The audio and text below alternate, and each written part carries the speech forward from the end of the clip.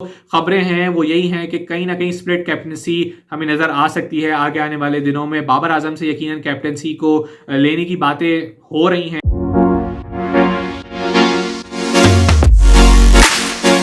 अस्सलाम वालेकुम जी, उम्मीद है आप सब खैरियत से होंगे, ठीक ठाक होंगे और अपना बेहतरीन ख्याल रख रहे होंगे। जी हाँ, इख्तिताम हो चुका है और उसको काफ़ी देर भी हो चुकी है कि थर्ड वनडे इंटरनेशनल का पाकिस्तान वर्सेस न्यूजीलैंड के दरमियान, जो कि न्यूजीलैंड ने दो विकेटों के ऊपर, दो विकेटें उनकी रह गई थी, दो विकेटों से उन्होंने ये मैच जीत लिया और ये कि सीरीज को अपने नाम किया 2-1 से और वो यहाँ से चलते बने। जी हाँ, टेस्ट सीरीज में भी ड्रॉ कर दिया, वनडे सीरीज भी ले उड़े। तो मेरे ख्याल में काफ़ी हद तक उनके लिए एक अच्छा दौरा साबित हुआ है। और यकीनन जो है वो पाकिस्तान ने जो है वो टॉस ज़रूर जीता था और जिसके अंदर पाकिस्तान ने पहले बैटिंग की। हमने देखा कि तीनों जो है मैचेस के अंदर जो है वो टॉस जीत कर जो है वो बैटिंग ही तकरीबन की गई है, क्योंकि इससे पहले भी न्यूजीलैंड ने टॉस जीता सेकेंड वनडे में, उन्होंने बैटिंग की। उससे पहले पाकिस्तान ने ज़रूर टॉस जीत के बॉलिंग की थी, लेकिन ये कि आखिरी के दो वनडों के अंदर हमने ये ज़रूर देखा कि बैटिंग की गई टॉस जीत कर, लेकिन दोनों दिन मुख्तलिफ कंडीशंस मौजूद थी, क्योंकि एक दिन हवा चल रही थी और एक दिन इतनी ज़्यादा हवा मौजूद नहीं थी।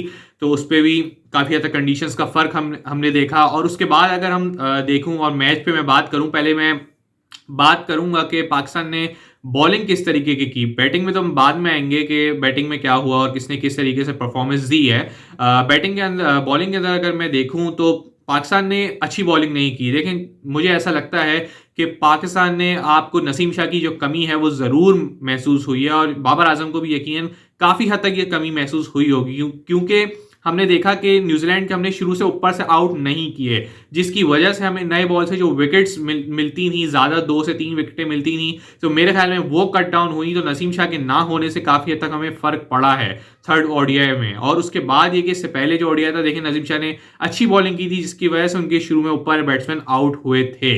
तो मेरे ख्याल में एक वजह ये भी बन सकती है, हमारी जो कमज़ोर बॉलिंग थी उसकी एक वजह यह है कि नसीम शाह का ना होना भी इस मैच में हमें कॉस्ट कर गया है। उसके बाद अगर हम देखते हैं तो इस मैच के अंदर डेविन कॉनवे और केन विलियमसन की एक ज़बरदस्त सी पार्टनरशिप हमने देखनी, और उसको हमने देखा कि काफ़ी हद तक प्रोलॉन्ग पार्टनरशिप थी और जिसकी वजह से पाकिस्तान को काफ़ी हद तक विकेट नहीं मिली, काफ़ी देर तक विकेट नहीं मिली। लेकिन हमने सलमान आगा से बॉलिंग कराई। सलमान आगा की आपको तारीफ करनी होगी, उन्होंने ज़बरदस्त बॉलिंग की, 10 ओवर में सिर्फ 42 रन दी और 2 विकेटें भी ली उन्होंने। तो मेरे ख्याल में एक ज़बरदस्त सलमान आगा की तरफ से बॉलिंग की गई। पाकिस्तान की फील्डिंग कुछ बेहतर थी, कुछ जगह पे नहीं थी। अगर शुरू में बेहतर थी तो आखिर में बेहतर नहीं थी। तो मेरे ख्याल में अगर आप ये देखते हैं कि क्रूशल मोमेंट्स थे जहां पे हमने फील्डिंग में भी लैप्सेस किए, लेकिन कहीं ना कहीं हमने ज़बरदस्त फील्डिंग भी की, जिसमें केन विलियमसन का रनआउट भी मौजूद है। तो मेरे ख्याल में काफ़ी हद तक चीज़ें बेहतर थी। लेकिन हमने गलती कहाँ हुई है, देखें गलती यहाँ हुई है जो फिलिप्स की जो विकेट थी ना, जो रिजवान ने कैच हमें ड्रॉप कर दिया, अगर हम वहां पे भी हम कुछ बेहतर कर लेते, मेरे ख्याल में वहां पे अगर हम वो कैच हो जाता जो रिजवान से ड्रॉप हुआ।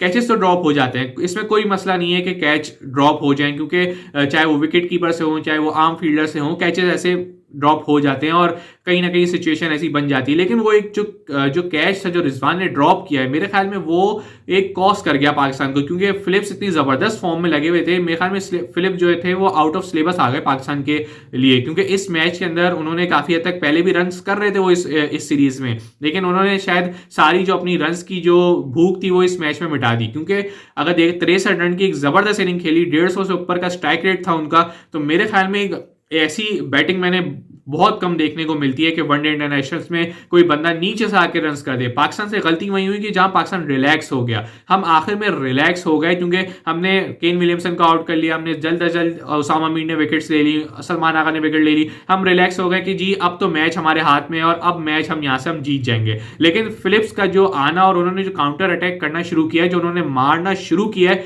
मेरे ख्याल में वो एंड तक नहीं रुके और जबरदस्त बैटिंग कर दी उन्होंने। 63 रन की जबरदस्त जारहाना इनिंग्स खेली, जहां हमने टारगेट 280 का टारगेट कोई बुरा टारगेट नहीं था। मेरे ख्याल में यहाँ पे 10 से 15 रन और होते तो कोई ये कहेगा कि ज़्यादा अच्छा होता। देखिए टारगेट बहुत अभी भी बहुत अच्छा था।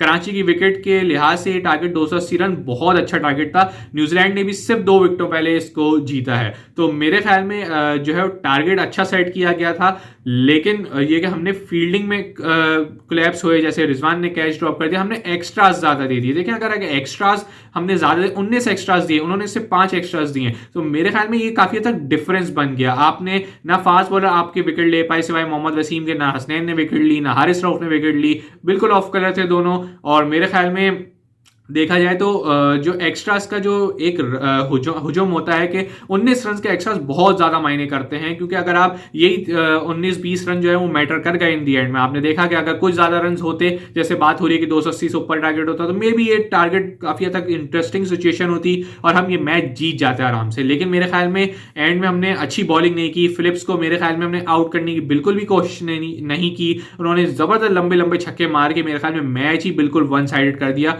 ख़त्म कर दिया। आइए ये तो बात हो गई पाकिस्तान की बॉलिंग के ऊपर, न्यूजीलैंड की बैटिंग के ऊपर।